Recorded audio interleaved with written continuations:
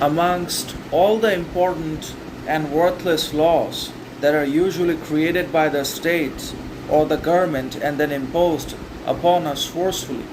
the most important law of them all should be the safety of the people, the employment and equality and education for everyone, for both men and women. It's equal education in accordance with the ideals of society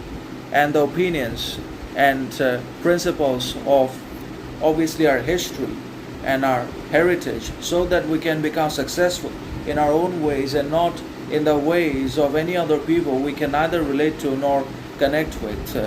And obviously, that law should be the most important or imperative of all, which provides us not only with absolute safety, security,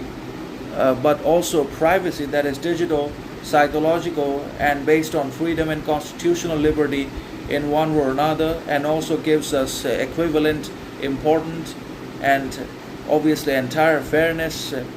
equality, and the list just goes on, because the citizens expect a lot of things that the government can do for them. They desire and demand things also from the entirety of the system that's built by the government, that they would work for us, that they would do something for us and fulfill their promises and go to great lengths to ease our pain, to alleviate our pains and sorrows in life that comes from poverty, inequality, unemployment, and many others. And they will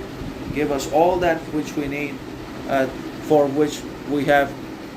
voted and elected them into power and brought them into existence. But that rarely happens. The government becomes autonomous, the government becomes its own priority and works for its own survival, and authoritarianism in the future establishes suppression of individuality, removal of freedom of speech and freedom of expression, and abolishes the people's entire sovereignty and turns itself into a kind of soft or polite dictatorship in one way or another. And that is the problem with the modern governments, whether they're communistic or democratic. They just don't want to change themselves. They just don't want to leave power and position behind. Obviously, they do all that oppression and tyranny at our expense, at the cost of our happiness and prosperity and good in life. So definitely, the highest law should be not only our safety, but the greatest principle or law that's created by the state should be the absolute employment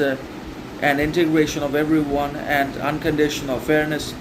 and freedom for everyone, for both men and women. Also, there should be and must be equality